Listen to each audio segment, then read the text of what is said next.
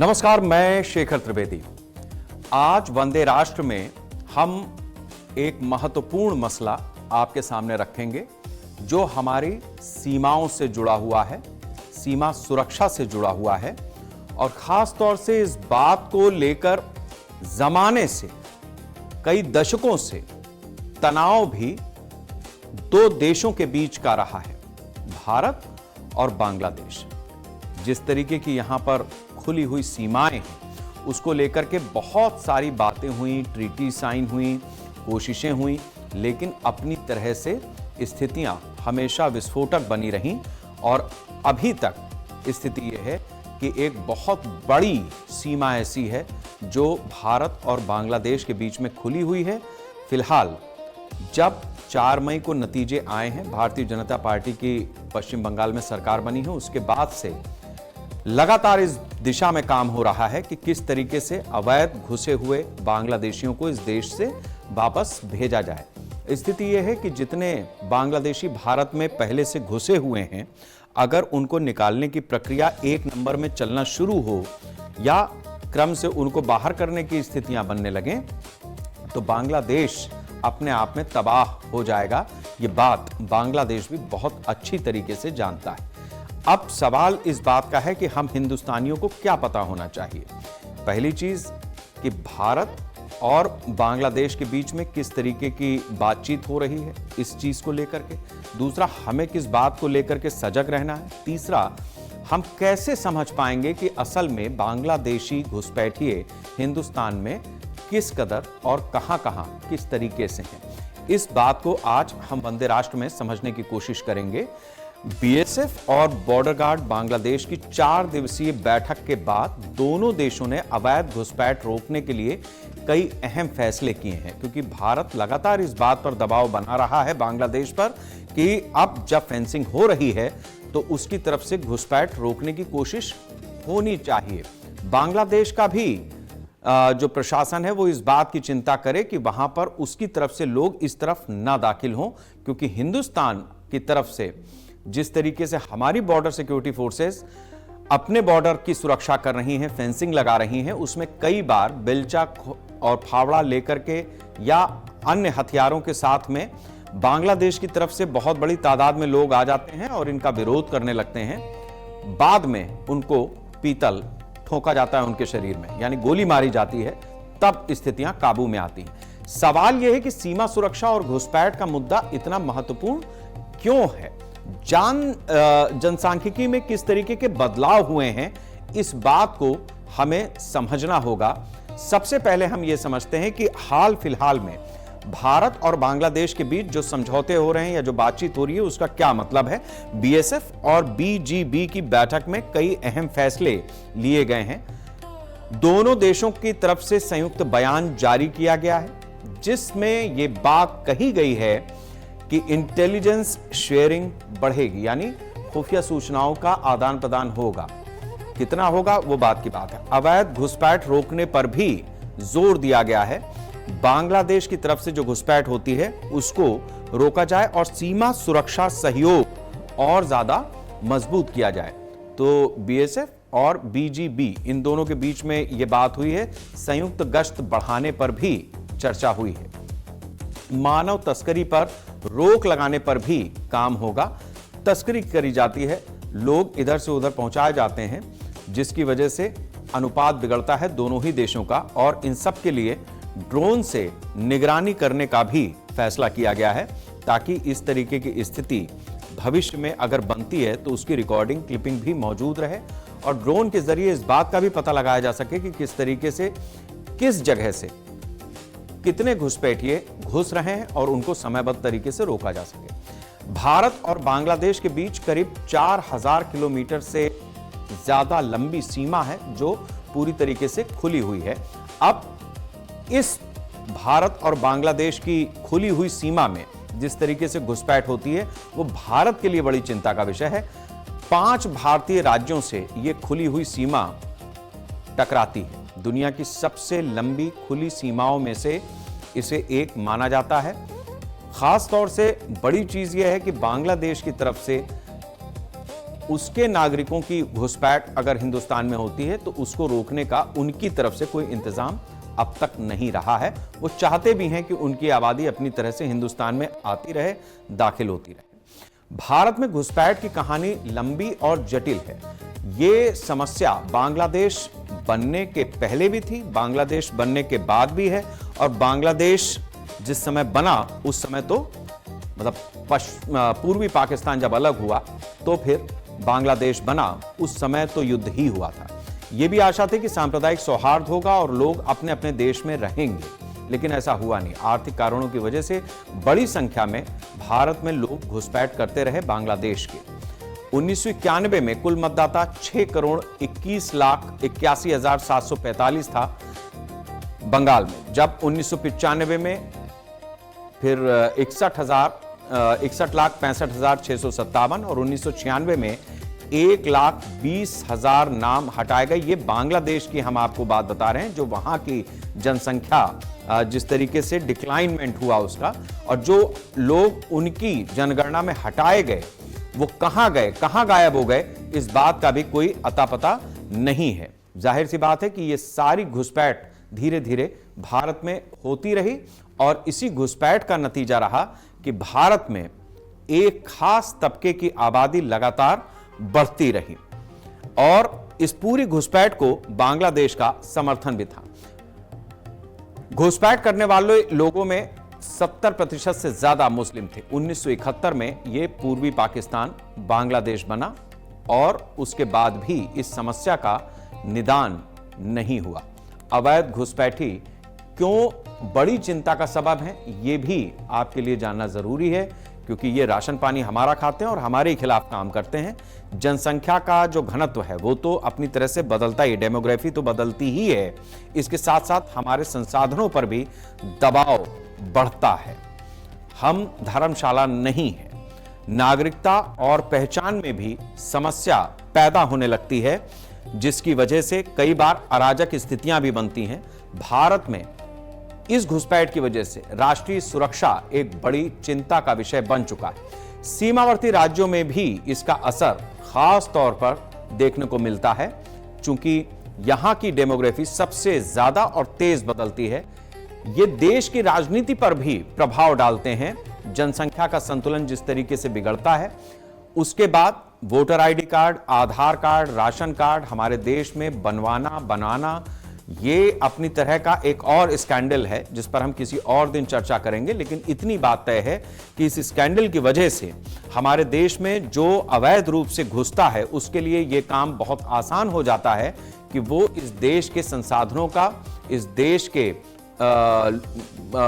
साजो सामान का अपनी तरह से इस्तेमाल करने लगता है।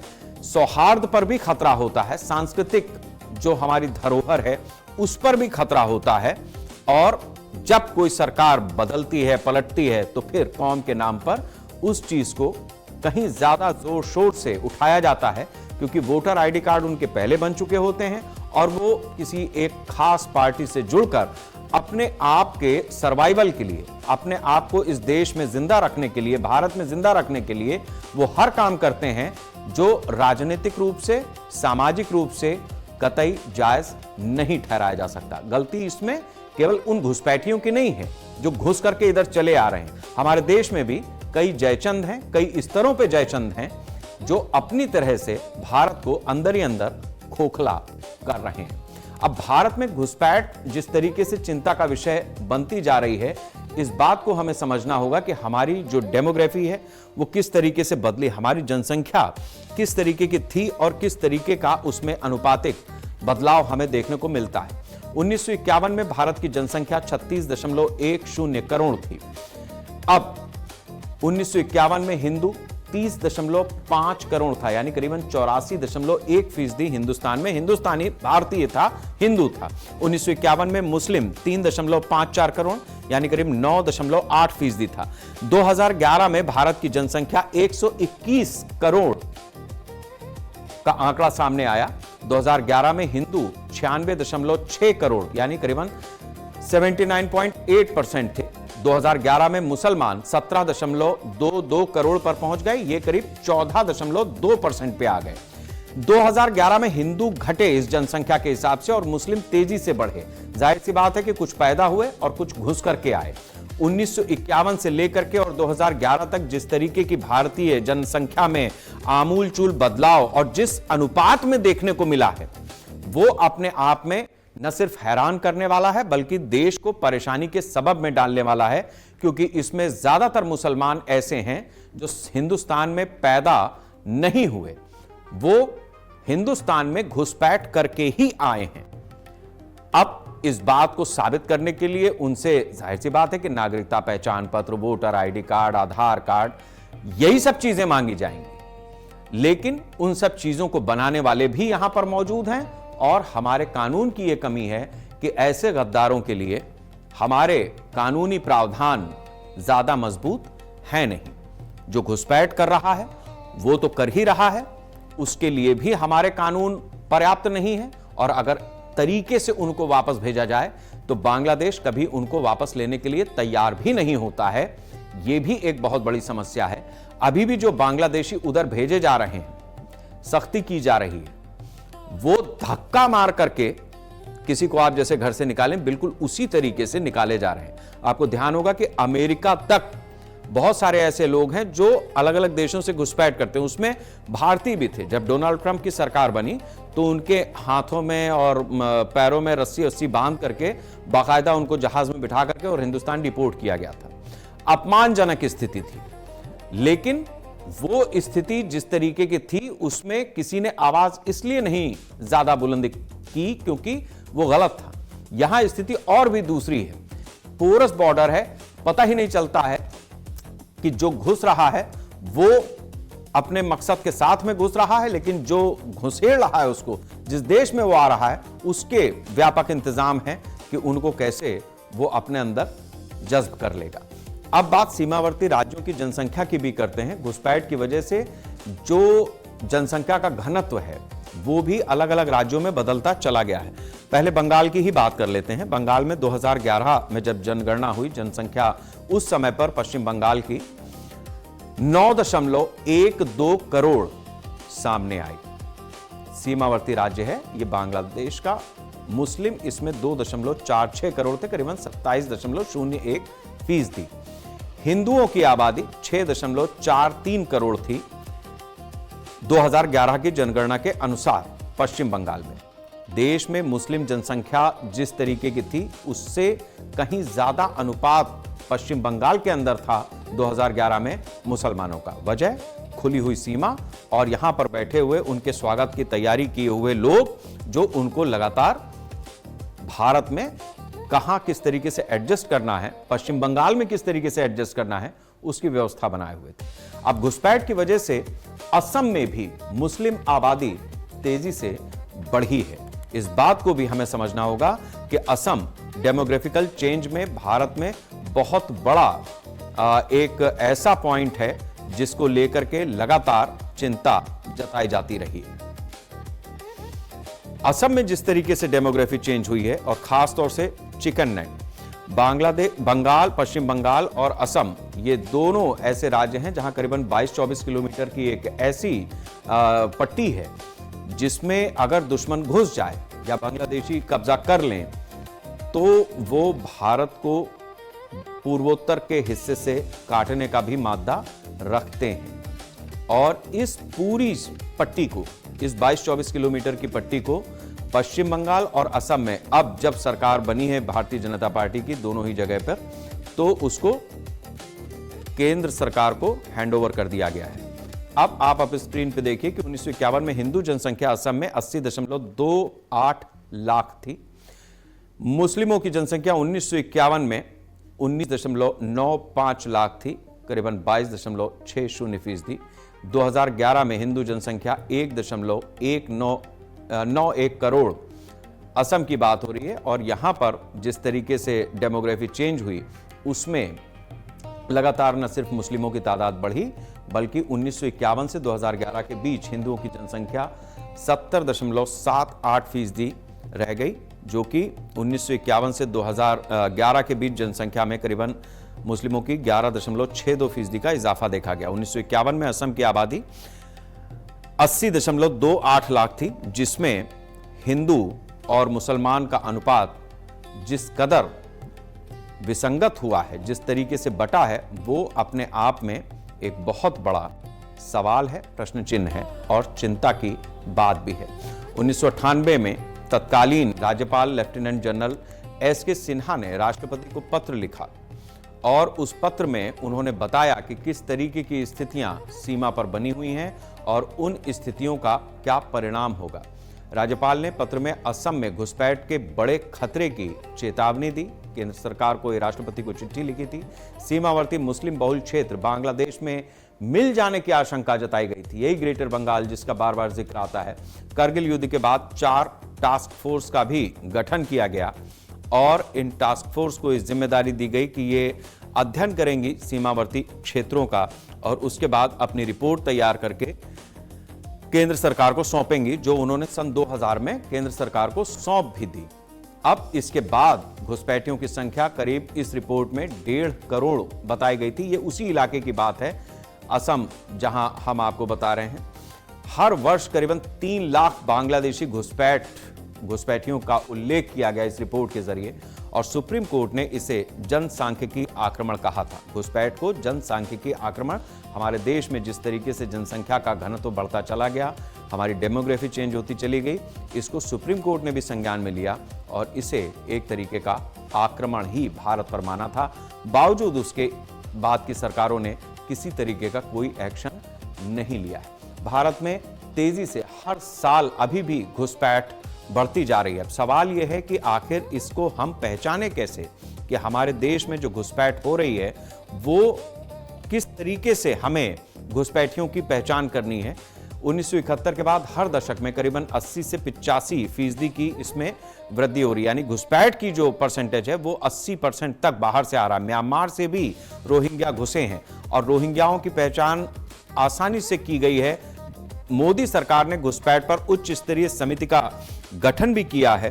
फिर भी जिस तरीके की स्थितियां हैं, होल्डिंग सेंटर बनाने के बाद भी अभी तक उन होल्डिंग सेंटर से बांग्लादेश में भेजने की प्रक्रिया उतनी तेजी से नहीं हो पाई है। डिटेक्ट किया जा रहा है, डिटेन किया जा रहा है, फिर उनको डिलीट भी किया जा रहा है, लेकिन 20-25% बांग्लादेशियों की पहचान ही इस कार्रवाई से संभव हो पाई है। बाकी बांग्लादेशियों के लिए सरकार घोषणा करे कि वे स्वेच्छा से सामने आए, तभी इनकी पहचान हो सकती है, क्योंकि वो इस कदर भारत में घुल मिल गए हैं या बस गए हैं कागज पत्र के जरिए कि इसमें इनको डिटेक्ट करना, इनकी पहचान करना लगातार मुश्किल होता जा रहा है। जैसे 2 साल का पहचान पत्र और वर्क परमिट वगैरह जिसको मिला, वो भी यहीं पर आकर के सरकार आश्वासन दे वे भारत में रोजी रोटी कमा सकते हैं। इस तरीके की भी चीजें सरकार की तरफ से कही जा रही हैं, लेकिन वोट देने का अधिकार उन्हें नहीं मिलेगा। भारत अपना बड़प्पन भी यहां पर दिखा रहा है।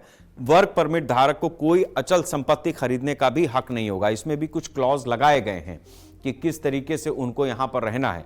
लेकिन सवाल इस बात का है कि सरकारी जमीनों पर कब्जा, रेलवे की जमीन पर कब्जा, अवैध तरीके से मस्जिद, मजार, मदरसे बना देना, सीमावर्ती इलाकों में खास तौर से घुसपैठियों का जिस तरीके का बोलबाला, आतंक देखने को मिलता है, वो अपने आप में चिंताजनक बात है।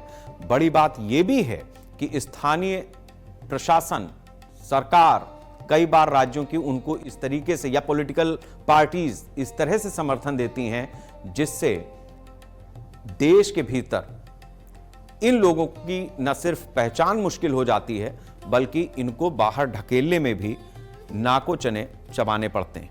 वही स्थिति इस समय बनी हुई है असम और पश्चिम बंगाल के बॉर्डर पर। रिपोर्ट्स, आंकड़े ये बताते हैं कि हमारे देश में जिस तरीके से आबादी का असंतुलन बढ़ा है वो बहुत चिंताजनक है और खास तौर से जिस तरीके से मुस्लिमों की आबादी बढ़ी है उसमें चिंताजनक बात यह है कि जो हिंदुस्तान का मुसलमान है उससे उतना बड़ा खतरा कभी हिंदुस्तान को नहीं रहा जो घुसपैठ करके आए हुए मुसलमानों से है। वो यहाँ के मुसलमानों का भी हक छीन लेते हैं, उनको भी गलत राह पर ढकेल देते हैं और हिंदुस्तान को किसी दिन गजवाए हिंद या अपने किसी अन्य प्रकल्प में ले जाने की जो मंशा रखते हैं, उस वजह से एक सामाजिक असंतोष भी लगातार बढ़ता जा रहा है। ये तस्वीरें जो आप देख रहे थे, ये पश्चिम बंगाल के उसी बॉर्डर से हैं जहां पर लोग जो घुसपैठिए हैं उनको डिटेन किया गया है। उनको बंगाल से बांग्लादेश वापस भेजने की प्रक्रिया चल रही है। डिटेंशन सेंटर बनाए गए हैं।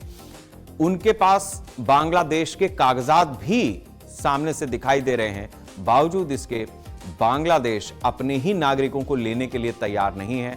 वजह बिल्कुल साफ है कि बांग्लादेश की अपनी जो आर्थिक स्थिति है, अगर भारत में घुसे हुए एक एक बांग्लादेशी को वापस बांग्लादेश भेज दिया जाए तो बांग्लादेश भी अपनी तरह से बंगाल की खाड़ी में समा ही जाएगा। हम एक छोटे से ब्रेक के लिए रुकेंगे।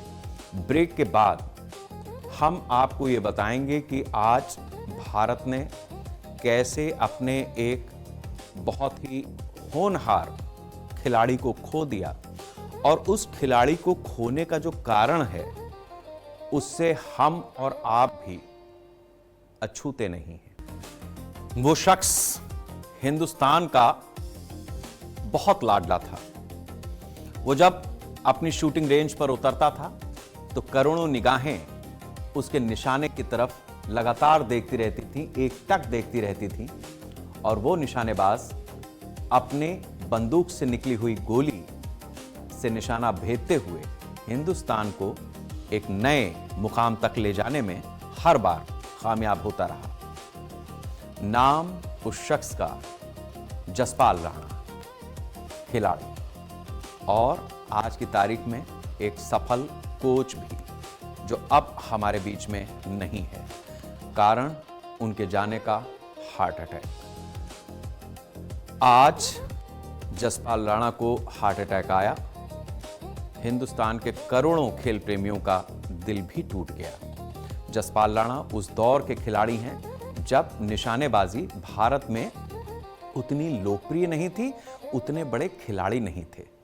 लेकिन जसपाल राणा ने जिस तरीके से रेंज पर जाकर के प्रैक्टिस की, जिस तरीके से उन्होंने एक के बाद एक कीर्तिमान गढ़े, उसने ये मौका बनाया कि कोई हिंदुस्तानी निशानेबाजी में भी अपना करियर बना सकता है, मेडल ला सकता है और भारत का मान बढ़ा सकता है।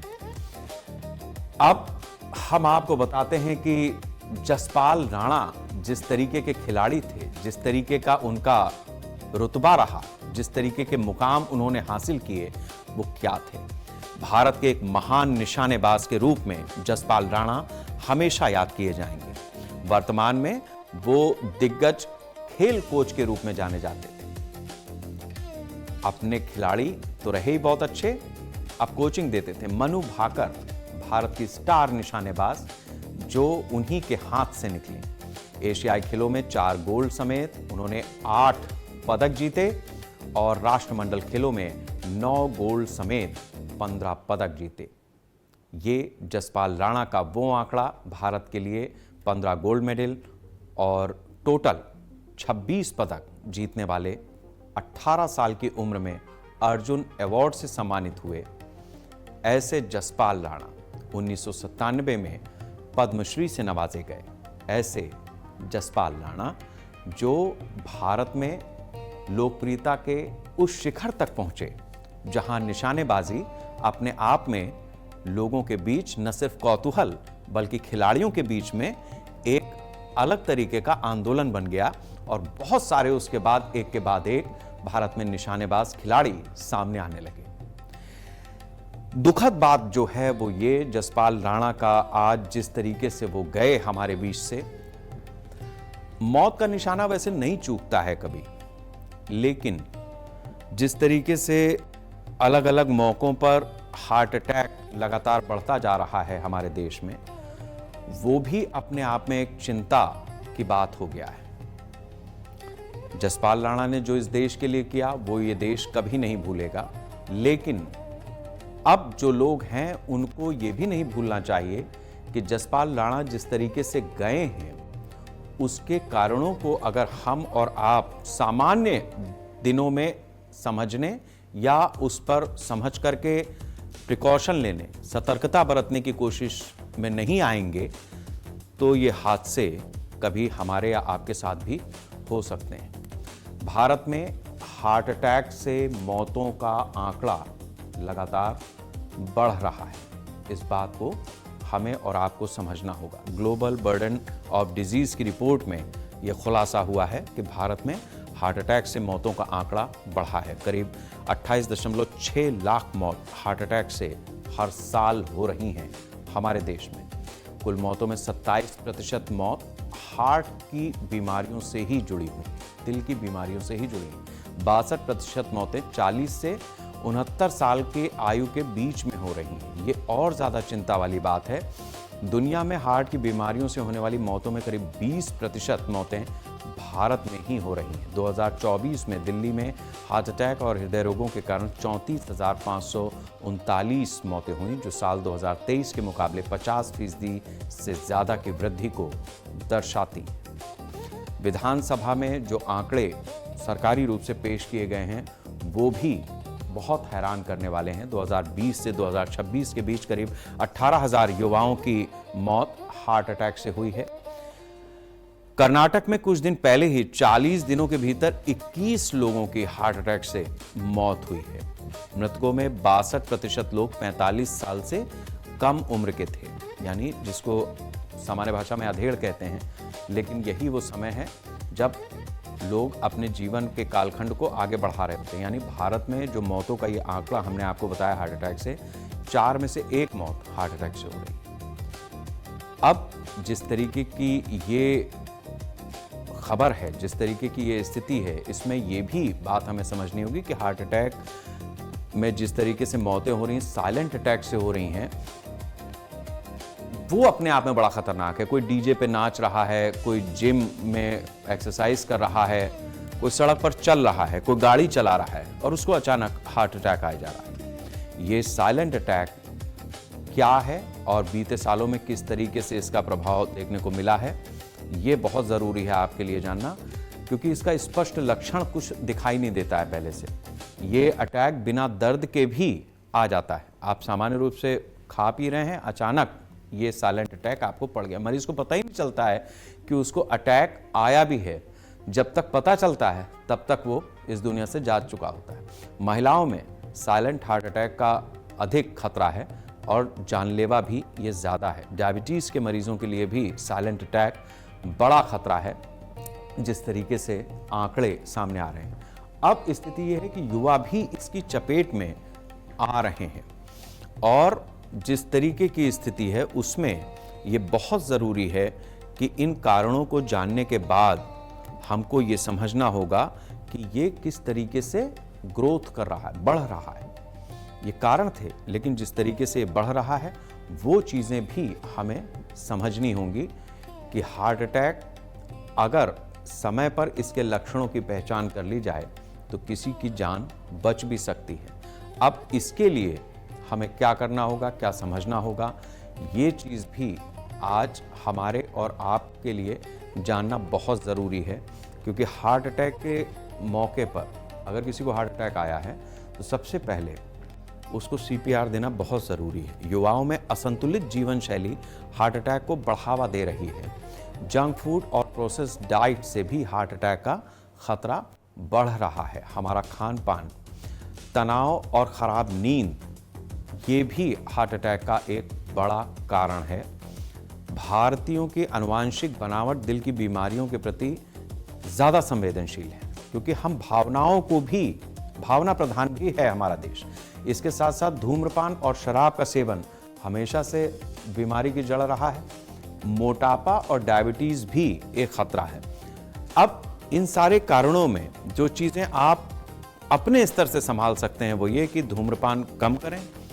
इसके साथ साथ अगर आप अपने मोटापे को, ओबेसिटी को कम करने के लिए प्रयास करते हैं तो भी आप अपने आप को हार्ट अटैक से बचा सकते हैं, अपने शरीर को हार्ट अटैक से बचा सकते हैं। इसके लिए ज़रूरी यह है कि आप स्वस्थ डाइट लें। बर्गर, पिज्ज़ा, इंस्टेंट कॉफ़ी, ऐसे तमाम चीज़ें आपको नुकसान ही पहुंचा रही हैं और उस जनरेशन को और ज़्यादा नुकसान पहुंचा रही हैं जो यही खा खा के बड़ी हो रही है। दर्द अगर सीने में होता है तो फैलकर हाथों और पीठ कंधे जबड़े तक ये चला जाता है, सीने में बिना किसी दर्द या दर्द के साथ सांस लेने में आपको दर्द होने लगे, ये सब इस हार्ट अटैक के लक्षण हैं। सांस लेने में कठिनाई अगर हो रही है तो भी आपको हार्ट अटैक आ सकता है। इन चीज़ों को आपको देखना होगा। अगर अचानक शरीर से पसीना छूट जाता है, शरीर ठंडा पड़ने लगता है, तो भी आपको अपनी चिंता करनी होगी। सिर अचानक हल्का होने लगे, घबराहट हो, चक्कर आए, बेहोश होने की स्थिति हो जाए, जी मिचलाना, उल्टी होना, या पेट के ऊपरी हिस्से में गंभीर जलन, एसिडिटी जिसे आप कहते हैं, इस तरीके की स्थिति बनती है तो भी आप सतर्क हो जाएं। मरीज अगर होश में है तो तुरंत उसे एस्पिरिन की गोली चबाने के लिए दी जा सकती है ताकि शरीर में रक्त के थक्के ना बने।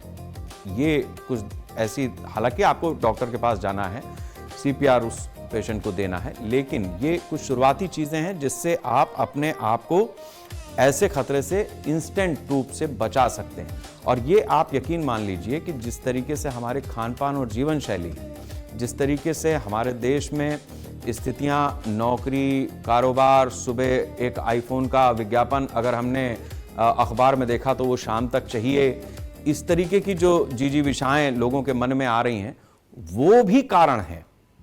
आपको लगेगा ऐसा, लेकिन ये भी कारण है। एक दौर, एक पीढ़ी ऐसी भी थी हमारे देश में जो 6 साल की हो जाती थी तब तक स्कूल नहीं जाती थी। आज बच्चा 2.5 साल का है और उस 2.5 साल के बच्चे को पहले उस स्कूल में डाल दिया जा रहा है जहां वो खेलना कूदना सीखता है, जहां कुछ पोएम सीखता है। आप कल्पना कीजिए कि एक 2.5-3 साल का बच्चा जो अभी अपने आप बराबर खड़ा नहीं हो पा रहा है, आप कहां से उसको तनाव और दबाव देना शुरू कर रहे हैं? और ये कौन, इस तरीके का कंपटीशन कौन पैदा कर रहा है?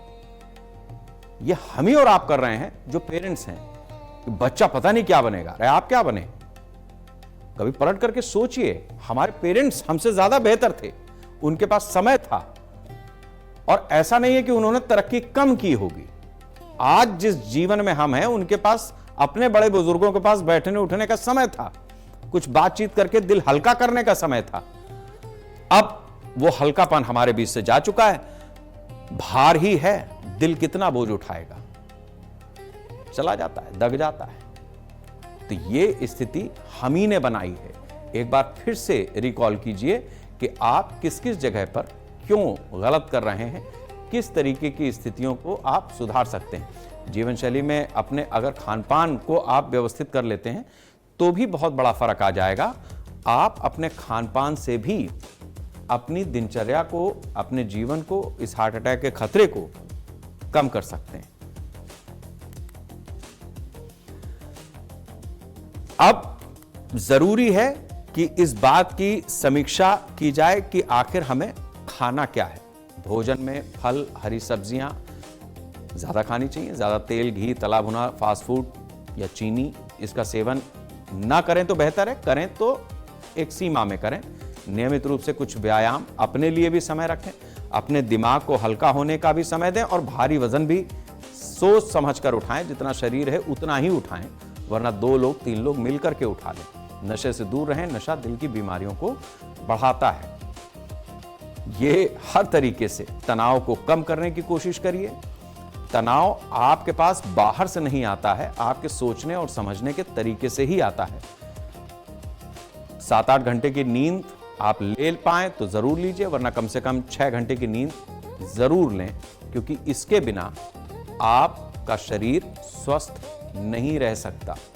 आपके सोचने, समझने, खाने पीने, बड़े बुजुर्गों के साथ बैठने उठने और अपनी महत्वाकांक्षाओं को एक सीमित दायरे में रखने से ही आपका जीवन व्यवस्थित होगा।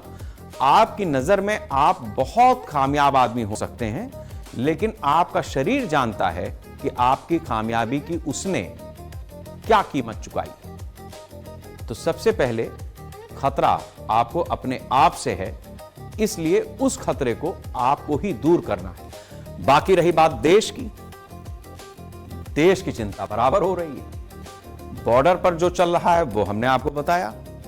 तो उस जगह से आप अगर दिल पे ले रहे थे कि हमारे देश में कितने घुसपैठिए क्या, तो उसकी चिंता हो रही है।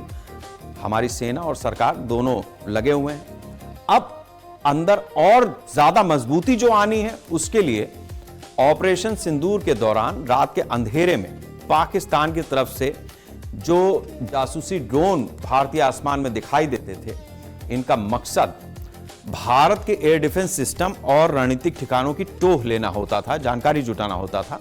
भारत के मजबूत integrated air defence system network ने इन तमाम कोशिशों को पाकिस्तान की ओर से हो रही नाकाम कर दिया। वहीं भारतीय हमलावर ड्रोन ने पाकिस्तान के भीतर घुसकर उनके एयर डिफेंस सिस्टम को भी भारी नुकसान पहुंचाया। इसके बाद बात साफ हो गई कि भविष्य की जंग में ड्रोन सबसे बड़ा गेम चेंजर बनने जा रहा है। ऑपरेशन सिंदूर के बाद भारत ने तेजी से ड्रोन बनाना शुरू किया है। ये जो तस्वीरें आप देख रहे हैं ड्रोन की है, तरह तरह के ड्रोन हैं और उन ड्रोन्स का अपनी तरह का उपयोग है। हमारी सेना ड्रोन्स के साथ में अपने एक्सपेरिमेंट्स लगातार बढ़ा रही है और इन ड्रोन्स को पहले से ज्यादा इनरिच भी किया जा रहा है। यूक्रेन युद्ध और पश्चिम एशिया के संघर्ष ने दुनिया को दिखाया कि ड्रोन कितने घातक हो सकते हैं। आपको हम बताने की कोशिश करते हैं कि दुनिया ने इन ड्रोन्स के जरिए क्या कुछ सीखा है, समझा है। ड्रोन से अब पूरी वॉर स्ट्रेटजी ही चेंज हो गई है। जंग के पूरे हालात ही बदल दिए जाते हैं ड्रोन से। शायद ड्रोन चर्चा में आया। रूस और यूक्रेन का जो युद्ध हुआ उस दौर की यह बात है। महंगे सिस्टम ध्वस्त हुए। करीबन 4000 किलोमीटर अंदर जाकर के यूक्रेन ने जिस तरीके से अपने ड्रोन्स का इस्तेमाल किया वो रूस को हैरान करके रख दिया और दुनिया तो आश्चर्य में थी ही। कम लागत में बड़ा नुकसान, ये है ड्रोन की स्ट्रेटजी। और सबसे बड़ी बात यह कि ड्रोन में किसी व्यक्ति को नहीं जाना है, वो रिमोट के जरिए ही अपना काम करके और वापस आ जाएगा। अगर गिर गया तो आपकी जान सलामत है, आपका सैनिक अभी भी जिंदा है, ड्रोन मर गया। अब ऐसे में इन ड्रोन्स को जिस तरीके से ऑपरेशन सिंदूर के बाद भारत ने अपनी रणनीति में शामिल किया है, बहुत बड़ा बदलाव किया है, वो कमी लगातार महसूस हो रही थी कि हमारे पास उस तरीके के ड्रोन, उतने सक्षम ड्रोन कब आएंगे, कैसे आएंगे। अब भारत अपनी ही टेक्नोलॉजी को और ज़्यादा बेहतर करने की कोशिश कर रहा है और इन ड्रोन्स के ज़रिए वो इस बात को भी सुनिश्चित कर रहा है कि आने वाले समय में अगर हमारे ऊपर किसी तरीके का कोई ड्रोन अटैक होता है तो उसमें किस तरीके की स्थितियां हमें दिखानी है। ड्रोन उत्पादन हमारे देश में अब तेजी से बढ़ा है। हर दिन करीबन 2000 हमलावर ड्रोन हमारे देश में तैयार हो रहे हैं, इतनी क्षमता है। 600 कंपनियां इस काम में सक्रिय रूप से लगी हुई हैं और तेजी से ड्रोन हमारे देश में ही बने, स्वदेशी ड्रोन, इस बात की चिंता भी हमारे देश के भीतर हो रही है। नोएडा की कंपनी आईजी डिफेंस इसका एक बड़ा उदाहरण है। अब भारतीय कंपनियां सिर्फ घरेलू जरूरतों तक सीमित नहीं रह गई हैं, बल्कि वैश्विक बाजार को भी अपना लक्ष्य बना रही हैं। जिस तरीके से भारत की ड्रोन पावर बढ़ी है, उसमें आईजी डिफेंस कंपनी एक ऐसी कंपनी है जिसने ड्रोन्स को तैयार करने का अपनी क्षमता बढ़ाई है। पहले ये 200 ड्रोन करीब एक महीने में बनाते थे, लेकिन अब रोजाना ये 200 ड्रोन बना रहे हैं। इस लिहाज से भारत ड्रोन्स के मामले में बाकी दुनिया से आगे निकल रहा है। 5000 हमलावर ड्रोन्स की आपूर्ति भी करी गई है। ये ड्रोन्स ऐसे हैं जिससे हमला किया जा सकता है। उत्पादन क्षमता बढ़ने से एक लाभ ये भी है कि इन ड्रोन्स का जो अलग अलग कामों में उपयोग है, उसके प्रयोग धर्मिता की गुंजाइश भी बढ़ी है। आज भारत का ड्रोन उद्योग सिर्फ संख्या में नहीं बल्कि तकनीक में भी तेजी से आगे बढ़ रहा है। उत्तर प्रदेश, हरियाणा, तेलंगाना, महाराष्ट्र और तमिलनाडु अब देश के नए ड्रोन हब बनकर उभरे हैं। ऐसे में जो भविष्य की हमारी शक्ति होगी, हम उस पर भी नजर डालते हैं। करीबन 600 कंपनियां रोजाना 2000 हमलावर ड्रोन बनाने में हमारे देश में अब सक्षम है। उस लिहाज से 20,000 करोड़ के घरेलू ड्रोन घरेलू कंपनियों से ही सरकार खरीदने में समर्थ हो गई। 1000 किलोमीटर रेंज तक कामकाजी ड्रोन बन रहे हैं जो अलग अलग तरीके की चीजों को ऑपरेट कर सकते हैं। 50 किलो पेलोड ले जाने में भी ये सक्षम है। ईरान के शायद ड्रोन की तरह घातक भी हैं। इस चीज को भी हमें समझना होगा कि ईरान ने अपने एक ड्रोन के जरिए ही अभी अमेरिका के एक हेलीकॉप्टर को मार गिराया। इलेक्ट्रॉनिक गैजेट से ये लगातार अपग्रेडेड हैं, जिसकी वजह से हमारे देश में जो ड्रोन्स का कारोबार है वो लगातार न सिर्फ भारत के लिए फायदेमंद साबित हो रहा है, बल्कि हम इसे दुनिया के बाजार में भी ले जाने के लिए तैयार हैं। भारत अपनी रक्षा क्षमताओं को आधुनिक और मजबूत बनाने के लिए मेक इन इंडिया के तहत कई स्वदेशी युद्धक ड्रोन विकसित कर रहा है। आपके लिए जानना जरूरी है कि ये कौन से ड्रोन है। अग्निवेश कामिकेज ड्रोन, जिसका इस्तेमाल हमारे डिफेंस के जरिए किया जाएगा। इसकी मारक क्षमता करीब ऑपरेशनल रेंज 180 किलोमीटर तक है। दुश्मन के इलेक्ट्रॉनिक जैमिंग के बावजूद उनके ठिकानों पर इस सटीक हमला करने में सक्षम है। तपस BH-201 ड्रोन, इस ड्रोन की खासियत है कि डीआरडीओ द्वारा स्वदेशी रूप से इसे विकसित किया गया है और इसकी श्रेणी पूरी तरीके से सामरिक रखी गई है डिफेंस के लिए। ये 250 किलोमीटर की दूरी तक मार कर सकता है, अपने टारगेट को उड़ा सकता है। अधिकतम गति इसकी 224 किलोमीटर प्रति घंटा है। तो ये ड्रोन भी अपनी तरह से दुश्मन के करीब जाने और उस ठिकाने को नष्ट करने में पूरी तरह से स्वदेशी ड्रोन है। 350 किलोग्राम का हथियार और उपकरण ले जाने में भी ये सक्षम है। शेषनाग 150, ये भी हमारा एक ड्रोन है जो स्वदेशी कामिकेज ड्रोन सिस्टम वर्तमान में परीक्षण के आखिरी चरण में है। इसका परीक्षण अभी चल रहा है। आधुनिक संघर्षों को ध्यान में रखते हुए गहरे लक्ष्यों की ओर यह हमला कर सके, ऐसे इसे डिजाइन किया जा रहा है। अग्निवेग कामिकेज ड्रोन के बारे में हमने आपको बताया। तो ये अपनी तरह के जो हमारे देश में स्वदेशी रूप से ड्रोन्स विकसित हो रहे हैं, उनकी कहानी है। भारत को ऑपरेशन सिंदूर ने एहसास कराया कि भविष्य की जंग में जब ड्रोन्स निर्णायक भूमिका निभाने के लिए जाने जाएंगे, तब भारत ने इसकी बनाने की गति तेज कर दी और रिकॉर्ड गति से अपनी ड्रोन निर्माण की क्षमता को बढ़ाया है।